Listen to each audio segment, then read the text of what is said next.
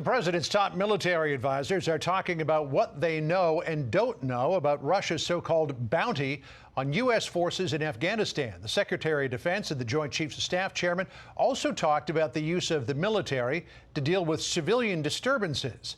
Chief Congressional Correspondent Mike Emanuel shows us today's testimony before the House Armed Services Committee.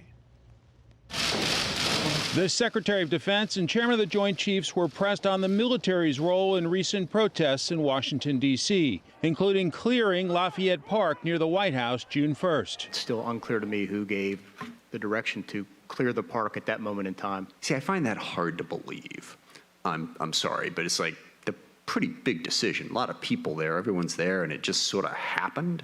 Esper noted in what have been described as peaceful protests, 50 park police, 60 Secret Service, and 6 National Guard soldiers were injured, including one who was hit in the head with a brick. But Esper cautioned against bringing in active duty soldiers. Using active duty forces in a direct law enforcement role should remain a last resort. General Milley weighed in on the broader societal issues. We as a nation and as a military are still struggling with racism, and we have much work to do. Milley also took aim at the Civil War Confederate names on military bases issue. It was an act of treason at the time against the Union, against the Stars and Stripes, against the U.S. Constitution.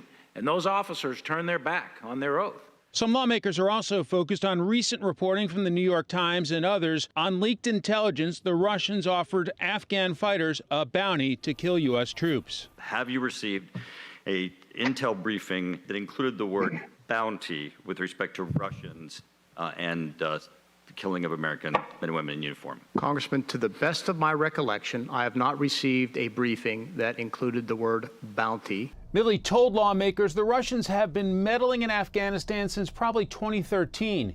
He promised if it's true Russia has a bounty program, the U.S. will take action. John? Mike Emanuel for us tonight in Washington. Mike, thanks so much.